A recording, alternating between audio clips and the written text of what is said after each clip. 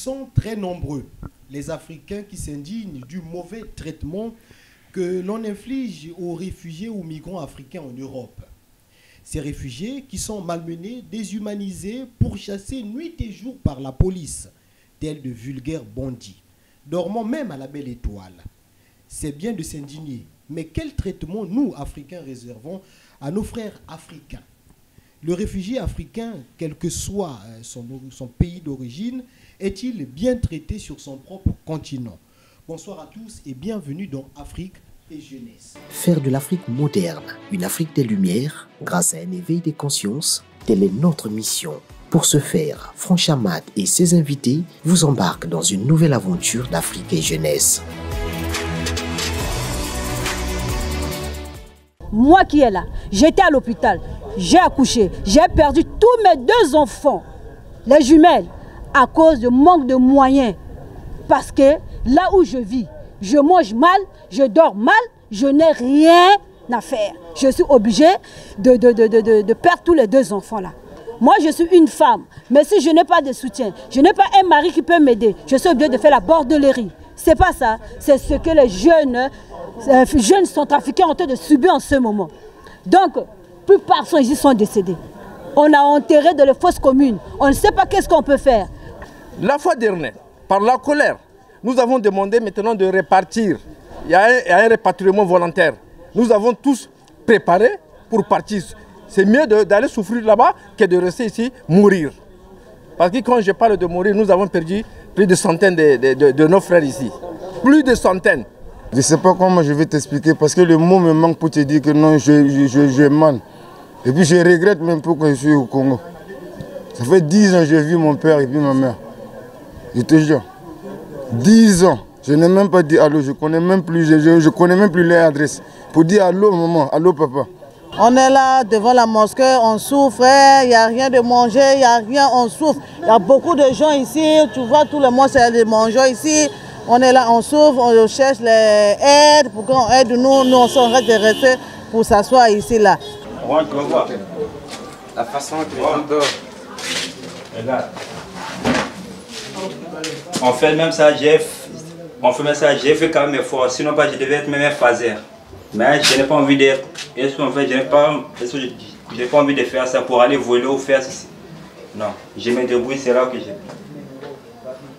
Au lieu d'être un phaser ou bien un bébé noir. Ouais, un réfugié. Mais tous les chaussures, tout c'est gaspillé. Tout.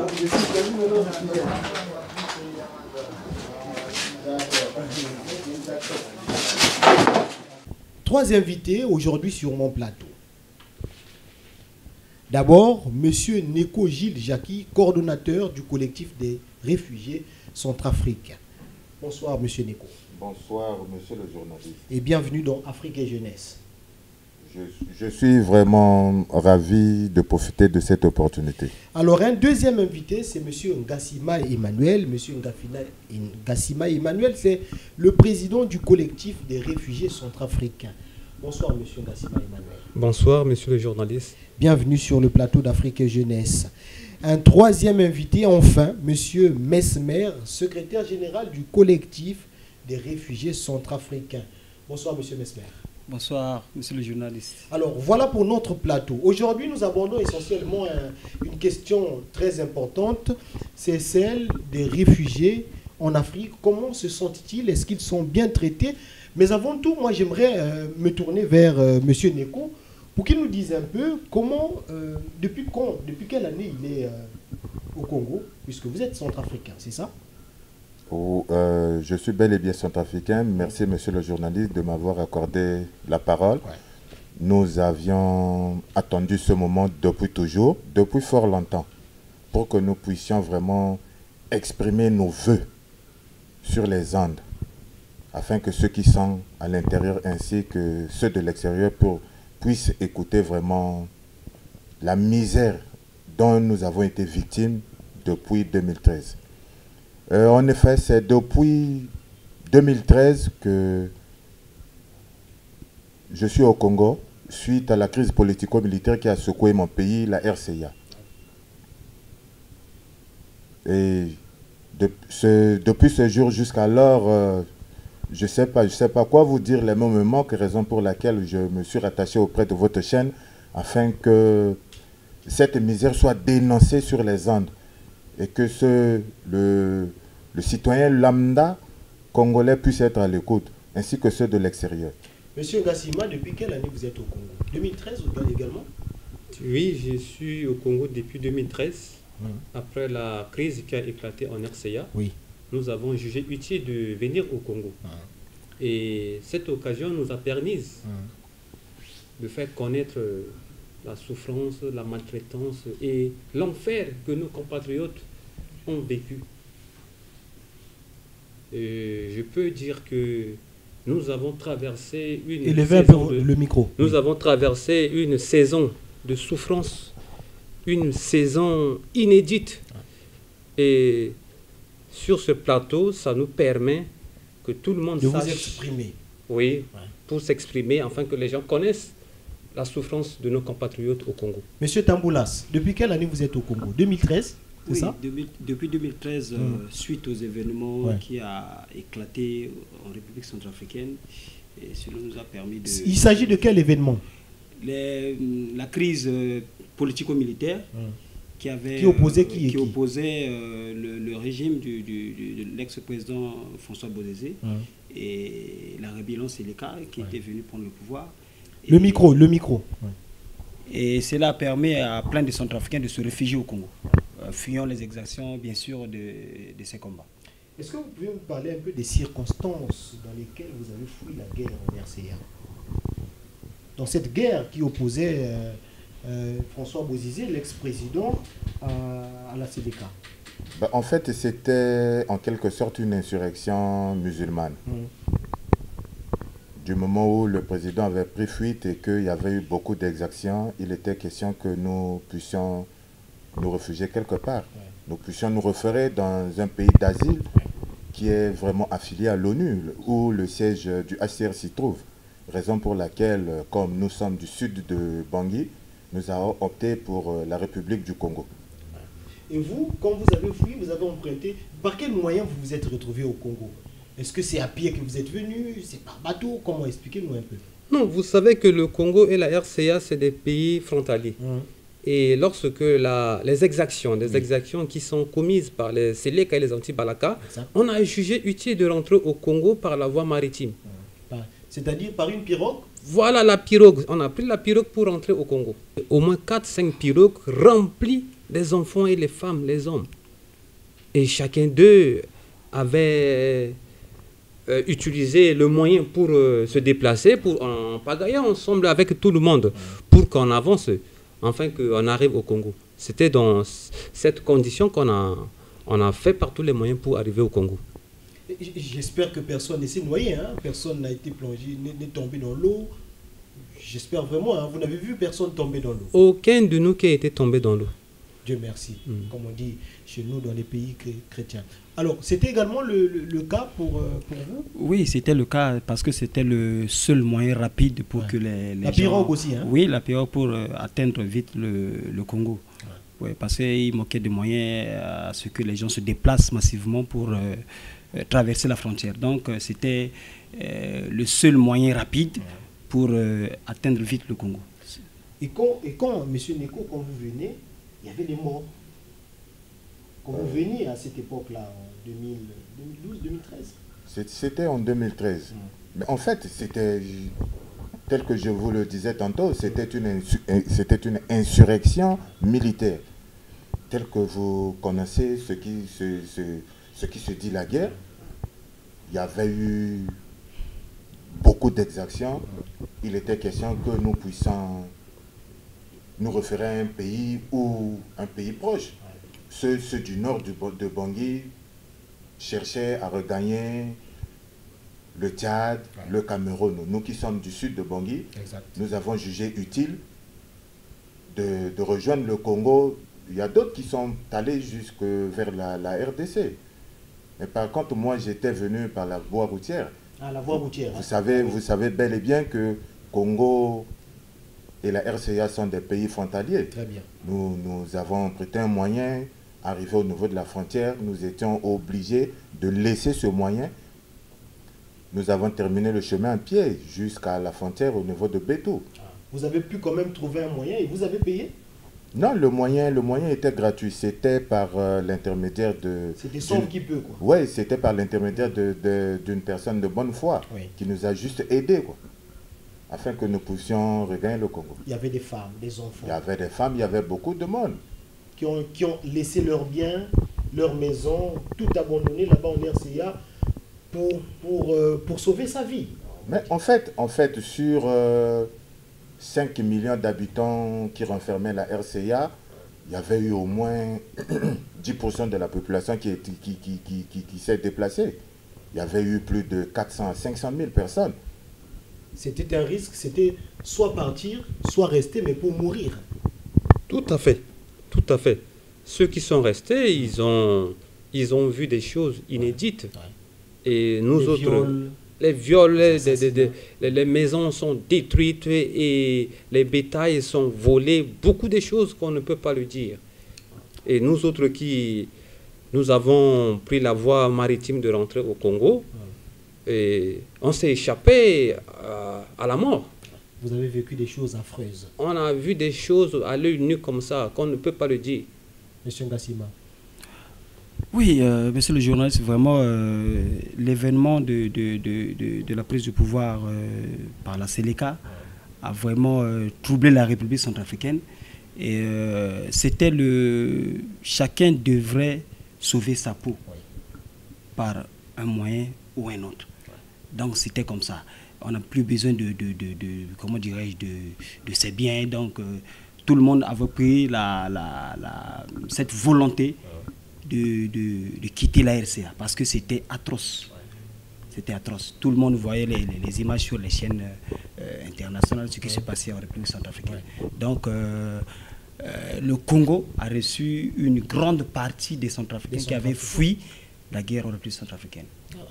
Et j'aimerais qu'on avance au fur et à mesure pour permettre à ce que ceux qui nous suivent comprennent la situation, où est-ce qu'on veut en venir, jusqu'à aller toucher le but. Vous êtes d'accord avec moi? D'accord avec vous. Alors, une fois que vous vous êtes installé, vous êtes arrivé au Congo, c'était quoi le réflexe? Où aller dormir? Vous arrivez dans un pays où vous n'avez aucun parent. Vous arrivez, est-ce que vous étiez à Brazzaville? Est-ce que vous étiez à Pointe-Noire, dans un village? Vous arrivez dans un territoire où vous n'avez aucun parent. Qu'est-ce que vous faites à ce moment-là? Vous allez trouver une maison, qu'est-ce que vous faites? Vous dormiez où à cette époque, Monsieur Ngassima? Merci, monsieur le journaliste. Lorsque nous sommes rentrés au Congo, les autres ont jugé de rester à Brazzaville. Oui. Les autres ont décidé de vivre à Pointe-Noire. De vivre à Pointe-Noire. Et là où le Congo fait partie des signataires du HCR. Oui. Et lorsque nous sommes arrivés à Pointe-Noire, on s'est référé à la préfecture, là où se trouve une antenne du Sénat qui fait l'interface entre les réfugiés et le HCR. Ouais. On s'est rendu à la préfecture, on s'est enregistré et les cartes sont délivrées malheureusement jusqu'à aujourd'hui. Ce n'est que la souffrance terrible que les réfugiés traversent et aucune assistance de la part du HCR ainsi que le Sénat. Donc les réfugiés mènent une vie monstrueuse. Quand on parle d'une vie monstrueuse, c'est une vie qui se conforme aux monstres. Vous voyez, quand on voit les monstres, les gens vont fuir. Donc nous menons une vie terrible. Une vie que personne ne peut accepter. Une vie de pauvreté, de médiocrité. D'extrême pauvreté. Comme vous le dites, vous voyez que les femmes peuvent accoucher sans layette. Aucune assistance de la part du HCR. Nous sommes livrés aux enfers comme des démons, à partir du moment que nous ne sommes pas des démons. Nous avons vu comment on appelle, une souffrance à tel point qu'on ne peut pas expliquer. Et nos enfants ne vont pas à l'école, les enfants sont à la maison depuis 2013 jusqu'à ce jour. Les enfants ne fréquentent pas. Nos compatriotes dorment dans une maison inachevée, des maisons qui ne peuvent même pas donner le sens à une vie humaine. Je comprends. Alors, je vais me tourner vers M. Tamboulas. Monsieur Tamboulas, quand vous êtes arrivé, vous étiez où exactement? Vous êtes allé habiter où? Bon, lorsque les Centrafricains étaient arrivés, d'autres avaient déjà des connaissances. Quand je parle de connaissances, des amis qui avaient l'habitude. D'autres connaissaient déjà quelques amis. Voilà, à Brazzaville, un qui faisait le tour entre Brazzaville et Bangui. Donc, d'autres ont la chance de retrouver des amis proches. Et après. C'était votre cas? Oui, c'était mon cas. Mais quand vous arrivez à l'improviste comme ça, je suis quelqu'un. Ah oui, vous voyez, même pas préparé. Voilà. Donc, pour un moment, ça peut aller parce que c'est parce qu'ils sent votre douleur, ils peuvent vous recevoir. Mais à la longue. Donc, nous avons jugé mieux de quitter Brazzaville et de venir à Pointe-Noire. Quand vous êtes rentré par Brazzaville? Oui, nous sommes arrivés à Brazzaville avant que, tel que mon cas, je suis arrivé d'abord à Brazza avant de venir à Pointe-Noire. À Brazzaville. C'est un ami qui vous a accueilli et puis vous vous êtes dit, il faut que j'aille à Pointe-Noire. Mais qui devait accueillir à Pointe-Noire? Bon, à l'époque, j'avais un grand qui avait l'habitude de venir à Brazza. Et il faisait des tours aussi à Pointe-Noire. Il avait comment on appelle, des parents ici. Donc c'est par son canal que je suis arrivé ici. Donc quand je suis arrivé, et évidemment je suis venu trouver aussi certaines personnes, comme je viens de le dire tantôt, quelqu'un peut te recevoir pour un moment, pour un début, mais à la longue, vous voyez un peu. Donc, il ne peut pas vous nourrir ainsi que votre voilà, famille. c'est ça. Parce que lui aussi, il a sa charge, il a ses problèmes, et c'est comme ça que Dieu a fait grâce jusqu'à ce que nous sommes restés là jusqu'à présent. Et à quel moment, moi je voudrais savoir à quel moment vous êtes allé voir le HCR? Bon, concernant mon cas, c'est le coordonnateur qui a... Quand j'étais arrivé... Je rappelle que le HCR, c'est le Haut Commissariat des Nations Unies pour les réfugiés. Oui, c'est ça. Nous, au début, quand on était arrivé, personnellement, mon cas, je ne savais pas là où se trouvait le HCR. Mais c'est après, par le canal du Cordeau, que je me suis rendu compte qu'il y a le Sénat, c'est-à-dire le Comité national d'assistance aux réfugiés, qui fait l'interface entre les réfugiés et le HR, existe à la préfecture. Donc c'est lui-même qui m'avait informé. Qui vous a informé? Le Cordeau. Oui, M. Neko. Bien sûr, M. Neko. C'est de là que je me suis rapproché comment on appelle, du Sénat pour m'enregistrer. Vous le connaissiez déjà à cette époque, M. Neko? Oui, mais quand nous sommes arrivés, je me suis enregistré un peu en retard. Je me suis enregistré un peu en retard parce que quand nous sommes arrivés à Pointe-Noire, la vérité est bonne à dire, beaucoup ne savaient pas là où se trouvait le Sénat. Oui. Le Sénat. Donc c'est quoi le Sénat? C'est le Comité national d'assistance aux réfugiés. Ok. Je peux dire que c'est comme la sous-traitance du HR à Pointe-Noire. Parce que les bureaux du HR à Pointe-Noire ici, ça n'existe pas. Ça n'existe pas. Voilà. Et vous êtes allé voir le HCR finalement? Non, pas le HR n'a pas une antenne ici, c'est le Sénat qui représente le HR. Voilà. Le Cordeau, c'est le premier réfugié qui s'est enregistré au Sénat. C'est par son canal que je peux dire plus de 2000 réfugiés qui se sont partis pour s'inscrire, enrôler. Donc le Cordeau est allé voir le Sénat? Oui. Alors c'est le Cordeau, vous allez nous dire, quand vous êtes allé voir le Sénat, quelles étaient les clauses finalement à ce moment-là? En fait, c'était le 24 avril 2013, jour auquel j'ai mis pied à Brazzaville. Oui. Tellement que Brazzaville était trop vaste, je me suis dit, quelque chose pouvait m'arriver. Comparé à Pointe-Noire, quand même, c'est vaste. Ayant un ami qui était là, que je l'ai connu depuis Bangui, qui fut commerçant, qui était là à Pointe-Noire afin de procéder à ses achats, et que la guerre était tombée, je me suis dit, il va falloir que je puisse prendre d'attache avec ce dernier. Ce dernier m'a confirmé au téléphone qu'il se trouvait à Pointe-Noire. Si je peux faire de mon mieux pour le rejoindre. C'est là où j'avais fait 10 jours, le 11e jour, j'ai pris un moyen. En ce temps, j'avais un peu de liquide. J'ai pris le train, je suis arrivé à Pointe-Noire, il a été me reprendre, je ne connaissais pas la ville. Je lui ai dit, vu ce qui s'est passé et que je suis là, il va falloir que je puisse me référer à une instance judiciaire, genre protection. C'est là où ce monsieur, connaissant la ville, m'a emmené au niveau du Sénat. Arrivé au niveau du Sénat qui se trouve à la préfecture, j'ai essayé de m'expliquer. Le conseil juridique qui se trouvait a été large en ce temps. Nous, on ne savait pas. Il m'a accueilli, il m'a remis un formulaire à travers lequel je devais remplir. Et cela a été fait. Il m'a même posé la question si, et seulement si je connaissais d'autres frères réfugiés qui étaient là. C'est là où je les ai fait recours, je les ai emmenés.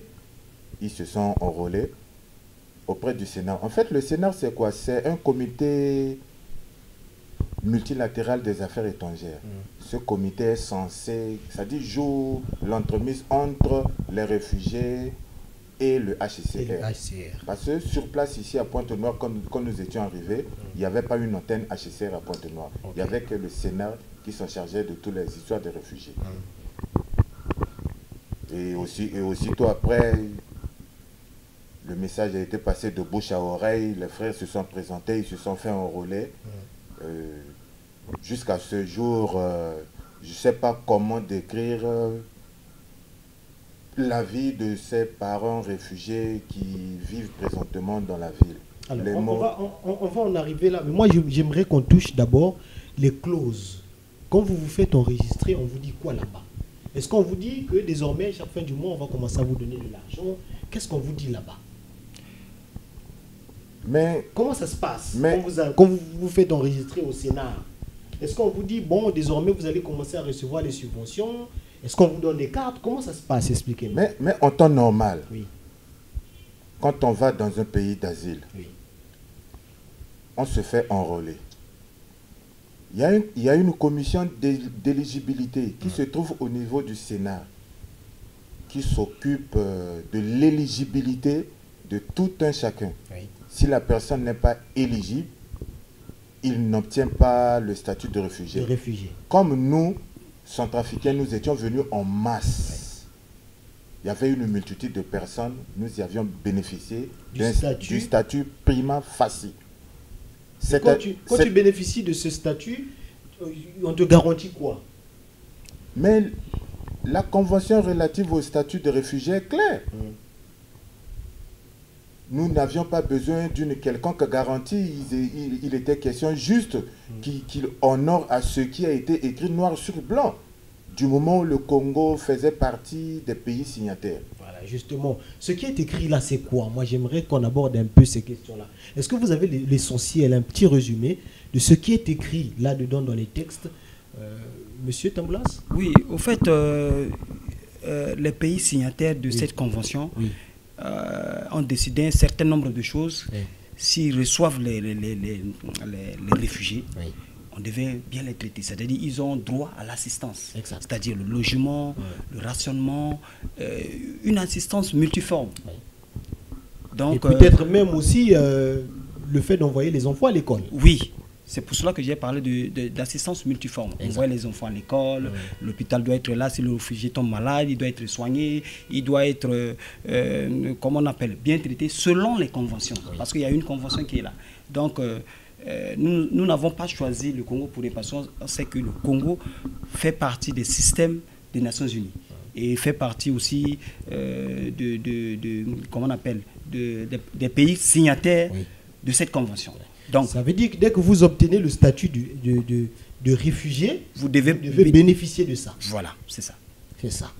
Et ce qui s'est passé quelques mois, quelques années plus tard, est-ce que vous bénéficiez de ça, Monsieur Ngassima? En aucun cas que ces réfugiés bénéficient d'une cuillère du riz, ni un traitement sanitaire. Et dans cette convention, qu'ils ont tout écrit, que les réfugiés qui arrivent dans un pays d'asile, on doit les assister sur le plan sanitaire, éducatif et, comme il vient de signifier, dans sa totalité, les réfugiés doivent bénéficier de formation. Parce que les enfants qui ont quitté leur pays, ils ont coupé l'année scolaire. Dès qu'ils sont arrivés, ils ont le droit à l'éducation. Ils ont le droit à la formation. Ouais, selon les textes. Selon le texte. Ben, malheureusement, aucun de ces textes n'a été respecté depuis que nous sommes arrivés. Ce n'est qu'une multitude de mensonges sur mensonges, mensonges sur mensonges. C'est également le cas pour M. Neko? Mais, monsieur le journaliste, je vais pouvoir vous éclaircir à propos de cette question. Oui. En fait, les articles sont clairs. Oui. La Convention relative au statut de réfugié, dans son article 20, parle du rationnement de tout et chacun des réfugiés. L'article 21 parle du logement. L'article 22 parle de l'éducation physique. L'article 23 parle de l'assistance publique. Pour ceux qui ont eu la chance de travailler dans des entreprises, dans des grandes industries, dans des grandes sociétés, bénéficient de la législation du travail et de la sécurité sociale, qui est stipulée dans l'article 24 de la Convention relative au statut des réfugiés. Alors que depuis que nous étions là, à Pointe-Noire, nous parlons spécifiquement de la ville de Pointe-Noire. J'ai eu l'occasion de faire un tour, parce que le site de réfugiés se trouve à Likwala. À Likwala, il y a 2 sites de réfugiés. Un site à Betou, l'autre à Ifondo. Dans le plateau, il y a un site, dans la Sanga plutôt, il y a un site au niveau de Ouesso. Au plateau, dans le plateau, il y a un site à Gamboma. Dans le pôle, le site se trouve à Brazzaville. À notre grande surprise, on nous informe que ceux de la ville de Pointe-Noire, c'est-à-dire les réfugiés qui se trouvent dans la ville de Pointe-Noire, ne sont pas sur la ligne budgétaire du HCR. La question que je me pose, est-ce que la ville de Pointe-Noire n'est pas l'une des villes de la République du Congo? C'est même l'une des principales villes. C'est la capitale économique quand même. Ils disent que nous autres qui se trouvent dans une ville urbaine comme celle de Pointe-Noire, on n'a pas le droit à une assistance. Mais il est écrit nulle part dans cette convention que les réfugiés qui se trouvent dans une ville urbaine, les écoles sont gratuites, les hôpitaux sont gratuits et les rations sont gratuites. Il est écrit nulle part dans cette convention. Soit disons que dans une ville urbaine, vous n'avez pas le droit à une assistance. Mais pas du moment que les réfugiés ne sont pas formés. Ils auront quel boulot? Les réfugiés ne sont pas formés sur le plan commercial, sur le plan d'affaires et autres. Mais on dit ils n'ont pas le droit à une assistance parce que c'est une ville urbaine. Mais dans une ville urbaine, est-ce que vous voyez qu'on ramasse l'argent et on jette l'argent? C'est une manière de livrer une communauté aux enfers, je peux dire. Hein, monsieur le journaliste? Monsieur Tamboulas, vous, qu'est-ce que vous vivez? Comment est-ce que vous vivez, puisque vous ne recevez pas ces subventions-là, puisque le HCR ou le Sénat ne prend pas soin de vous? Comment est-ce que vous vivez finalement? Oui, j'aimerais, pour répondre à votre question, j'aimerais compléter ce que les frères ont dit. Vous savez, la convention relative de 1951, c'est comme une Bible d'un pasteur. Donc, le pasteur ne peut pas parler sans la Bible. Mais la loi, elle reste la loi. Hein. Voilà. Donc, la convention, c'est comme la Bible des humanitaires. Donc, un humanitaire, déjà, il doit réagir, faire son travail selon la convention. Déjà, quand un humanitaire vous dit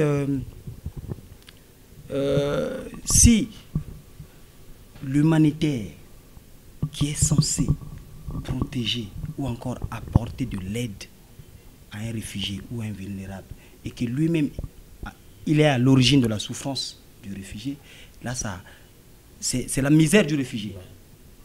C'est le calvaire. Quelque chose ne va pas là. Voilà, il y a quelque chose qui ne va pas. Je vais compléter ce que le président vient de dire. On nous dit que nous sommes dans une ville économique, nous sommes des réfugiés urbains, nous ne sommes pas sur la ligne budgétaire, nous ne sommes pas sous la zone de couverture du HR, nous n'avons pas droit à l'assistance. Mais lorsqu'on a essayé de parcourir la convention, je ne sais pas si on a sauté un article qui dit que si quelqu'un se trouve dans une ville économique, n'a pas droit à l'assistance. Je ne vois pas ça. À moins que c'est un nouveau article. Ou encore, quand je viens de le dire, on n'a pas lu ça quelque part. Donc, grosso modo, notre vie ici, c'est du jour en jour, c'est du calvaire. Donc, c'est l'une des raisons qui fait que certains de nos frères se sont livrés au voyoutisme. Au fait, nous ne soutenons pas le voyoutisme, ni le banditisme, mais c'est l'une des raisons qui pousse nos frères à faire n'importe quoi. Parce qu'il n'y a pas une assistance. Quand on parle d'assistance ici, il y a d'autres qui sont là qui devaient être formés. Quand vous dites n'importe quoi, c'est quoi? Ils deviennent des voleurs? Mais si je parle du voyoutisme, c'est-à-dire il y a d'autres qui deviennent des voleurs, des bandits, ils font ils pratiquent de l'incivisme, si je peux dire. Vous voyez, donc la raison, l'une des raisons, c'est le manque d'assistance. Parce que ces gens, exemple, si on les formait à un métier, ils devaient s'occuper de leur vie. Ils devaient être occupés par ce métier et peut-être ne pas se livrer au voyoutisme, au banditisme. Monsieur Neko vit également le calvaire, comme il dit Monsieur Tamboulas. Merci encore de plus, monsieur le journaliste. Tout réfugié est vulnérable. Quand quelqu'un est vulnérable, c'est votre cas. Il vit le calvaire. Du moment où tu te trouves à des milliers de kilomètres de chez toi, du moment où tu as perdu tout derrière toi, soit le boulot, soit les études, soit ton fonds de commerce, et que tu te retrouves dans un pays d'asile, que tu n'as personne, et que tu cherches pour survivre, avec tout le poids de la famille qui est au dos. Vous avez aussi une famille ici? À mon âge, je ne peux pas rester sans une famille. Je suis père d'une famille. Je suis père d'une famille de 5 gosses. Et comment vous faites pour nourrir cette famille-là, pour prendre soin de cette famille? Mais à travers la débrouillardise. Je suis, comme dit un comédien camerounais qui était décédé il y a longtemps, en l'occurrence de M. Cancan. Ce que je vois, je fais. Ce que je ne vois pas, je ne peux que supporter. Du moment où je n'ai pas éduqué à l'incivisme, que faire? Je dois supporter. Et les enfants, ils vont quand même à l'école? Il y a d'autres qui partent à l'école. Les uns partent à l'école, les autres ne vont pas à l'école, faute de moyens. Tel que vous le savez bel et bien. Au Congo, tout est payable. Rien n'a jamais été gratuit. Que faire alors? On s'est référé au niveau du Sénat pour que nos doléances puissent être transmises au HCR afin que cela soit pris en compte. 0. Voilà pourquoi nous nous sommes concertés afin de combattre ce système. Sauf que, je dis et je le répète, sauf que nous nous sommes heurtés à une opposition farouche de la part du Sénat, dont je ne peux citer les noms. Je n'accuse personne, mais c'est-à-dire, je ne parle que conformément à ce que nous avons vécu depuis 2013 jusqu'à ce jour. Et vous pouvez nous dire dans quelles conditions vous habitez? Ah, mon frère. J'avais un téléphone qu'un ami congolais m'a fait cadeau. Oui. J'ai les images. Si vous voulez, je peux vous les transmettre. Oui. J'ai des images. On aimerait bien les avoir. Je vais vous les balancer. Si ce n'est pas au cours de cette émission, à la fin de l'émission, je vais pouvoir vous les balancer. Vous allez voir les conditions dans lesquelles nous, qui sommes des réfugiés, nous, qui sommes censés être protégés, sommes négligés par le Sénat et le HCR. Si vous nous permettez, si vous nous donnez l'occasion de tout vous refiler sur ce plateau, c'est là où je pourrais parler. Oui, bien sûr, vous pouvez tout dire. Hein. Nous ici, on ne cache rien. On cache rien. Alors, monsieur Ngassima, est-ce que vous pouvez nous expliquer ce que vous vivez actuellement? Vous disiez vivre un calvaire. Oui, monsieur le journaliste, nous vivons une vie, une mauvaise vie. Oui. Une vie qui n'est pas du tout normale. Vous voyez, quand les enfants ne vont pas à l'école et vous dormez dans une église en construction. Vous dormez dans une église? Oui, je vis dans une église en construction. Une église en construction. Et j'ai 3 enfants. 2 ne vont pas à l'école. Depuis 2013, 2 ne vont pas à l'école. Des garçons? Des garçons. Ces enfants ne vont pas à l'école parce que je n'ai pas le moyen. Et la carte du HCR, elle est maudite pour nous. C'est-à-dire, quand vous prenez cette carte d'aller demander du boulot, on vous refuse. Et ils n'ont pas tort. Ils ont raison. Parce qu'ils disent que vous êtes pris en charge par le HCR. Mais au fond, ce n'est pas ça. Cette carte nous crée une malédiction. Mais pourquoi vous montrez cette carte-là quand vous allez chercher le... Mais c'est l'un des documents qui nous permet de nous identifier. Lorsque on a quitté la RCA, je vous dis que la maison a été détruite.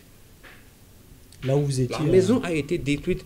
C'est-à-dire les musulmans qui avaient la force, c'est-à-dire la Séléka, ils sont venus dans un quartier chrétien, tout a été brûlé. Vous avez tout perdu. Voilà, nous avons tout perdu. Lorsque nous sommes rentrés au Congo, c'est le seul document qui me permet de balader dans la ville avec. Vous n'avez pas d'acte de naissance, rien. Oh, l'acte de naissance n'existe pas, comme j'ai la date en tête. Un jour que je peux rentrer plus tard en RCA, parce que le statut de réfugié n'est pas une nationalité. Oui. Et ça, c'est éphémère. Et comme nous sommes au Congo, nous réclamons ce qui nous revient de droit. Oui. Nous réclamons nos droits légaux. Nous ne voulons pas que les gens pensent... Alors, ce que nous militons pour qu'il y ait une assistance dans notre communauté, les gens trouvent ça... Et les agents du Sénat commencent à dire que cette démarche va les amener en prison. Mais comment on peut expliquer ça? Tu réclames tes droits, quelqu'un dit cette démarche va nous amener en prison. Mais qu'est-ce qu'ils ont fait pour qu'ils aillent en prison? Voilà. Donc je vous dis, chez moi les enfants ne vont pas à l'école. On ne vit qu'à moins de 2 $. Hein? On ne vit qu'à moins de 2 $. Ce ne sont que les spaghettis. C'est une vie misérable. Mais qu'est-ce qu'on peut faire pour manger la bonne nourriture? Le HCR a dit qu'on n'a pas le droit à une assistance, comme si nous sommes des cobayes d'expérience, que les gens ils étudient comment maltraiter, faire du mal à une personne.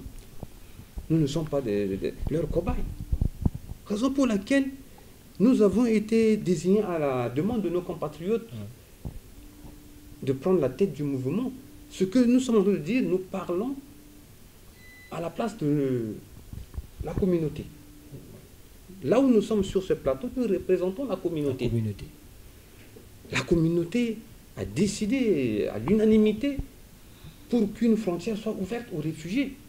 Mais nous ne sommes pas ingrats au président Sassou, qui est le père de la nation. La faveur qu'il nous a faite de nous accueillir à des bras ouverts, nous sommes reconnaissants de ça. Toute la communauté est reconnaissante de ce que le président Sassou nous a fait. Quand la frontière était ouverte à sa demande de nous accueillir. Mais malheureusement, les personnes mal intentionnées ont jugé utile de nous faire du mal d'une manière gratuite. Nous avons été accusés étant les miliciens du président Sassou. Or, nous ne sommes pas des... Monsieur le journaliste, c'est impensable. Et ce sont les agents du Sénat qui disent. Donc, comme ils pensent que ils nous traitent les miliciens du président Sassou, il faut qu'ils nous disent quand et comment que le président nous a dit que nous sommes ces miliciens. Ou c'est ça qu'ils veulent nous faire du mal. Et ce n'est pas du tout normal que les enfants ne fréquentent pas. Ce n'est pas du tout normal que nos frères, notre famille prépare dans un pot de beurre. Ah bon? Et nos enfants boivent de l'eau dans le pot de beurre. C'est purement... Mais qui va... Par quel moyen? Par quel moyen qu'on peut avoir une marmite? À partir du moment que, avec la carte du HCR, quand tu présentes, tout le monde te dit vous êtes pris en charge. Même si vous allez négocier le gardiennage, on dit non, non. Les gens nous voient comme des fils à papa avec cette carte. Mais après, c'est l'absurdité, le contraire total. Une vie démoniaque qui fait peur aux gens. Vous vivez l'enfer. L'enfer sur terre. L'enfer sur terre. Les maisons inachevées. Et les maisons en planche, là où il y avait eu des inondations de très longue date, les gens abandonnés. Et c'est là où nos compatriotes vont intégrer.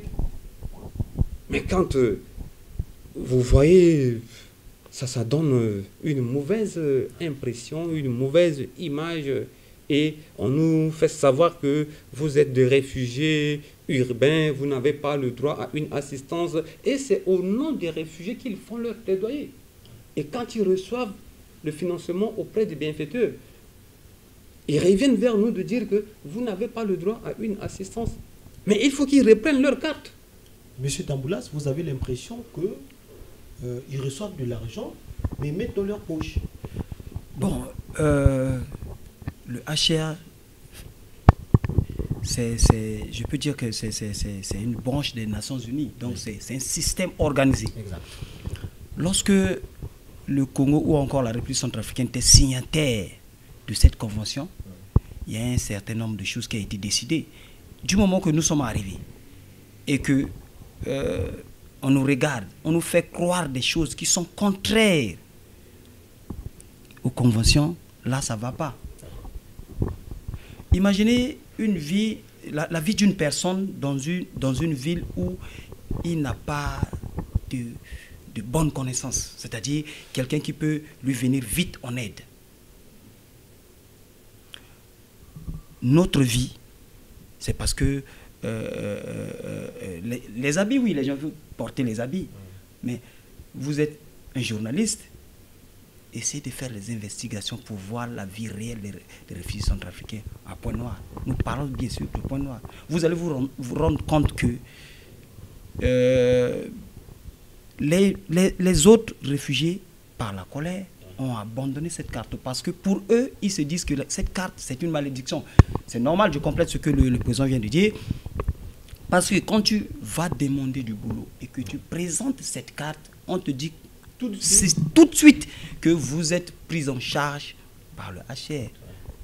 Alors que c'est faux. C'est faux. C'est lui qui dit, depuis 2013, que les réfugiés sont assistés sur toutes les formes à Pointe-Noire qu'ils se présentent.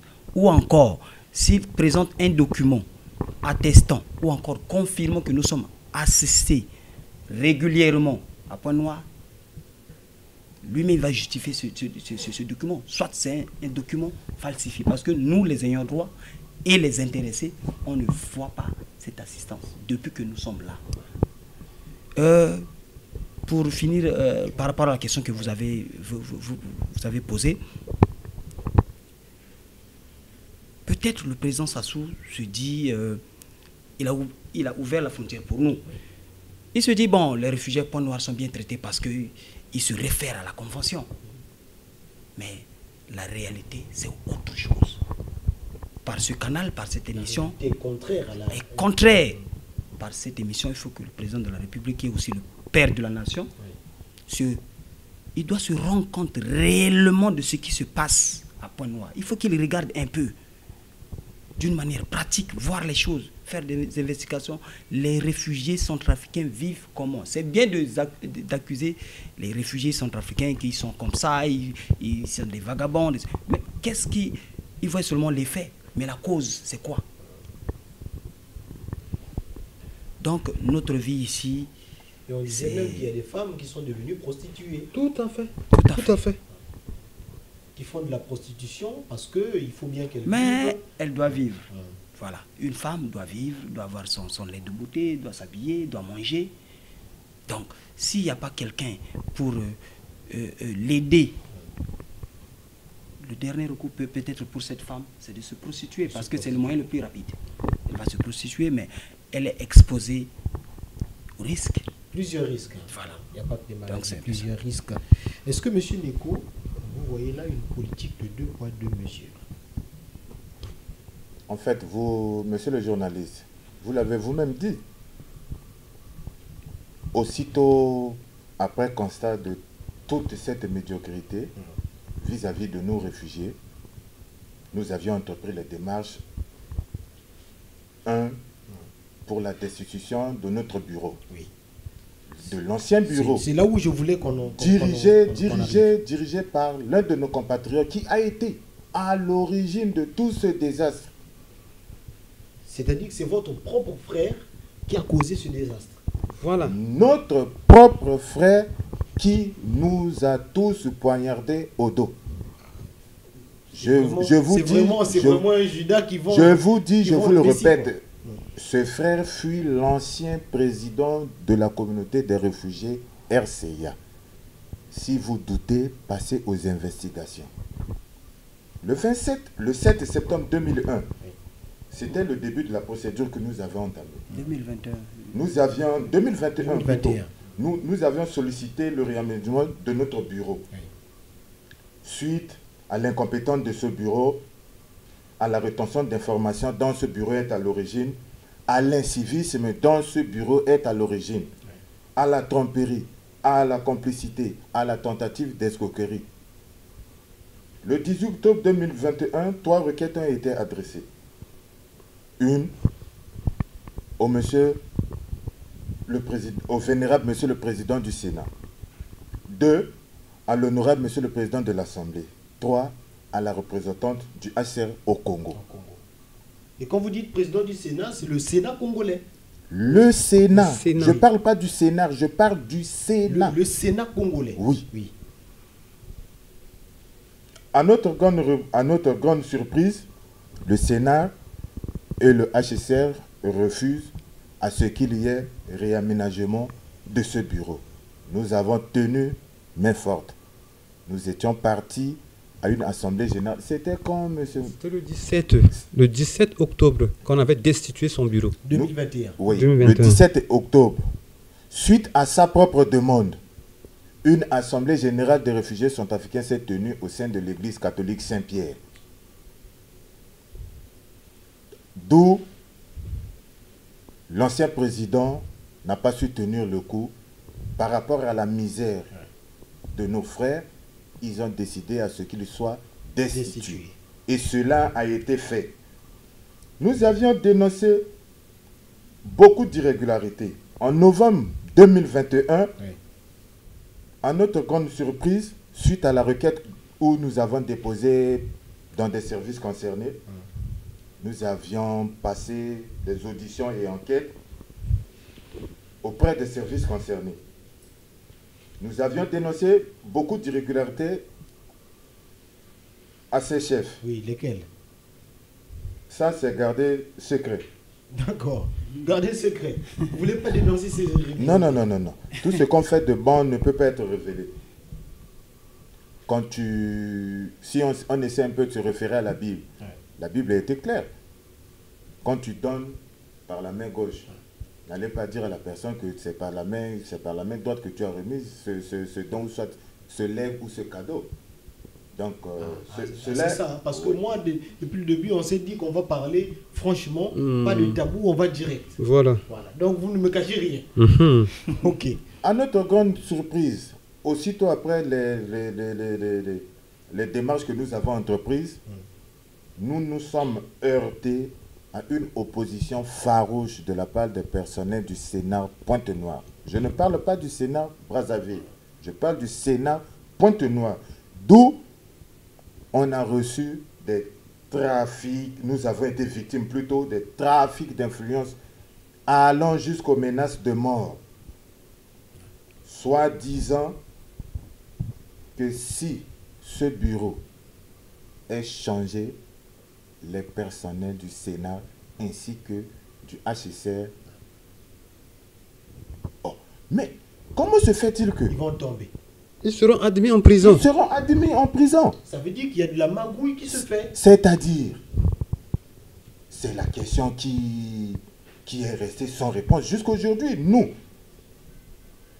il y a une multitude de communautés dans la ville de Pointe-Noire. Oui. Nous ne sommes pas les seuls sujets réfugiés à Pointe-Noire. Oui. Il y a la communauté des réfugiés RDC. Il y a la communauté des réfugiés mauritaniens. Il y a la communauté des réfugiés soudanais. Il y a la communauté des réfugiés camerounais. Il y a la communauté des réfugiés centrafricains. Ceux-ci ont leur bureau. La convention relative au statut de réfugié est claire. Cette convention nous a donné la liberté de se constituer en association.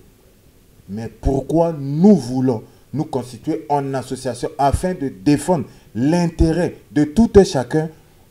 On nous cause, on nous met l'embûche, on nous empêche, on trafique de l'influence, on nous menace, on monte des gens pour qu'on puisse nous attaquer. Comment est-ce que vous jugez cela? Et on nous traite des miliciens du président de la République. Je ne parle pas du Sénat Brazzaville. Je parle des personnels Sénat Pointe-Noire. Ah bon, donc vous êtes des miliciens. Nous ne sommes pas les miliciens, c'est eux qui le disent. C'est eux qui le disent. C'est eux qui le disent. Oh. Le cordeau continue. Or, nous avions juste demandé l'assistance sur toutes les formes. Parce que depuis 2013 jusqu'à ce jour, nous n'avions jamais été assistés. Entre-temps, j'étais là en 2013. Il y avait un hôpital, médecins d'Afrique plutôt, qui s'occupait des réfugiés. En 2014, ils ont coupé cet hôpital. Ah, comment? Monsieur le journaliste, sur ce point, je ne peux pas mâcher les mots.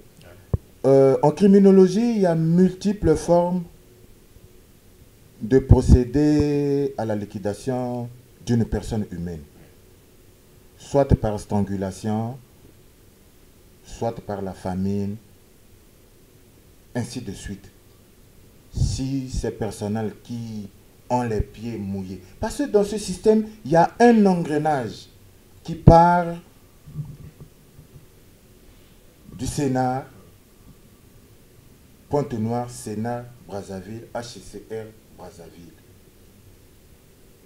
Alors que, entre-temps, on pensait peut-être que le président de la République nous avait tourné le dos. Or que non! Le président a été généreux du fait que, un, il nous a accueillis. De deux, c'est un père d'enfant. Au grand jamais, un père d'enfant n'a jamais tourné le dos à ses fils. Au grand jamais du jamais vu. Comme tout père d'enfant, tu quittes chez toi, tu sors le matin. Soit tu pars au travail, soit tu pars te débrouiller. Au finish, à la maison le soir, ne serait-ce un verre de riz ou soit un sachet de spaghettis que tu vas ramener à la famille. Mais de surcroît,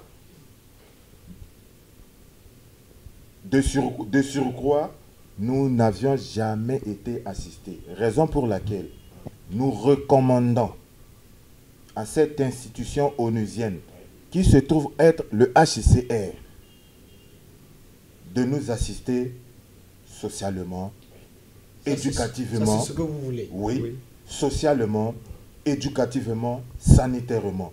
Nous réclamons, nous recommandons à cette institution de former nos frères qui ont au moins une capacité, c'est-à-dire de profiter de cette formation professionnelle qualifiante.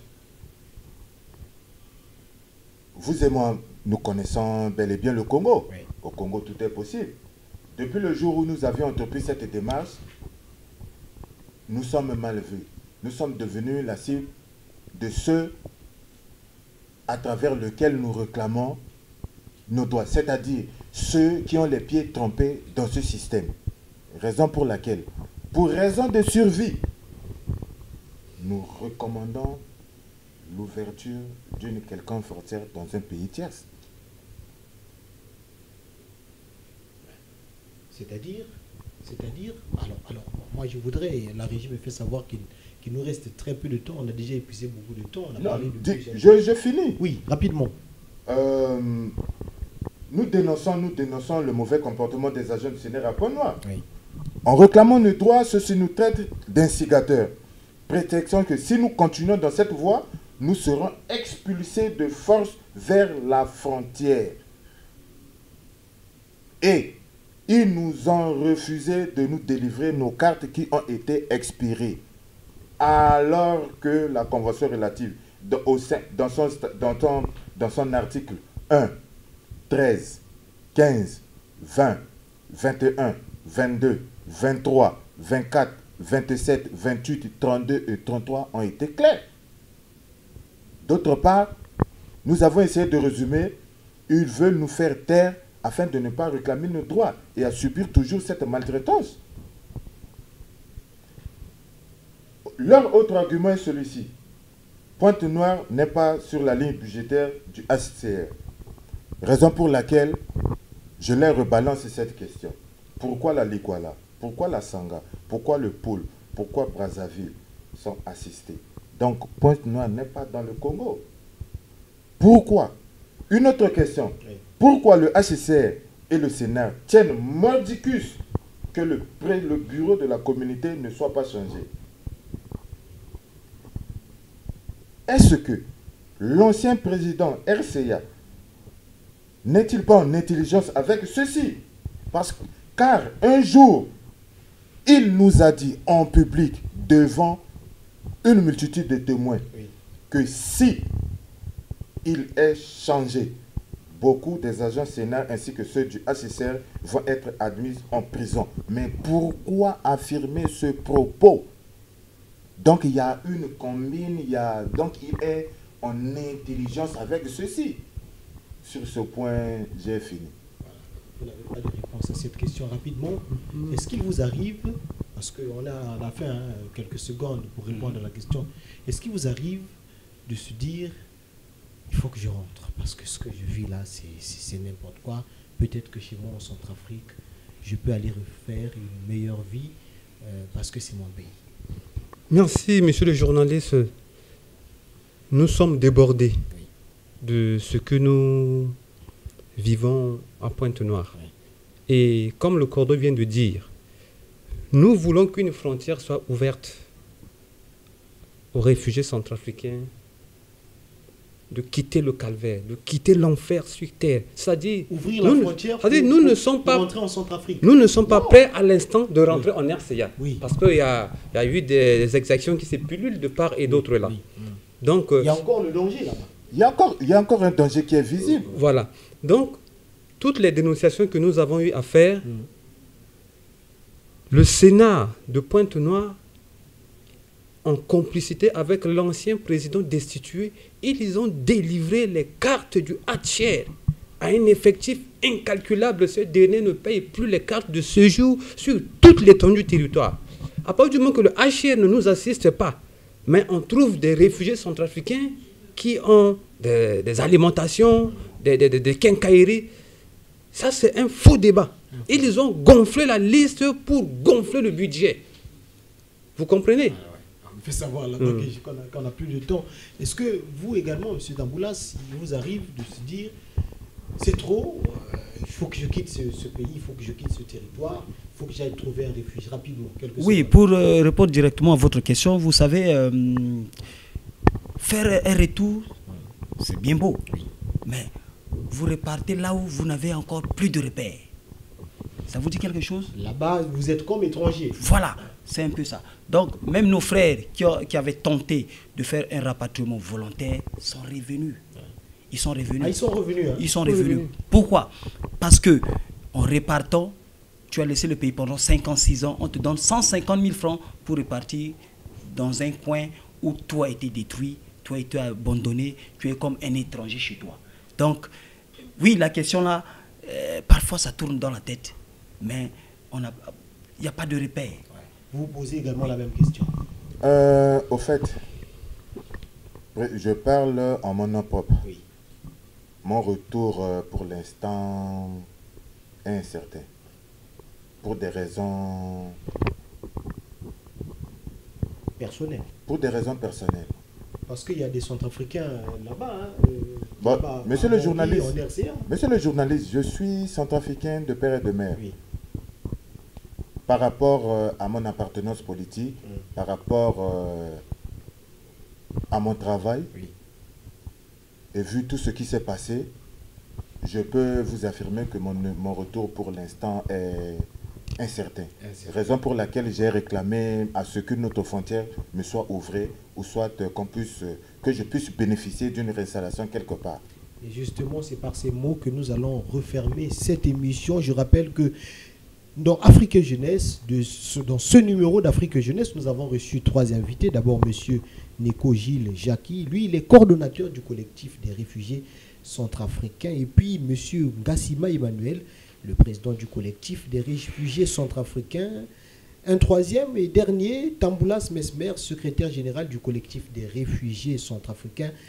C'était là notre plateau. Messieurs, merci d'être venus ici sur le plateau d'Afrique et Jeunesse pour venir extérioriser ce que vous vivez. Merci. Merci. Le plaisir est vraiment pour nous. Merci.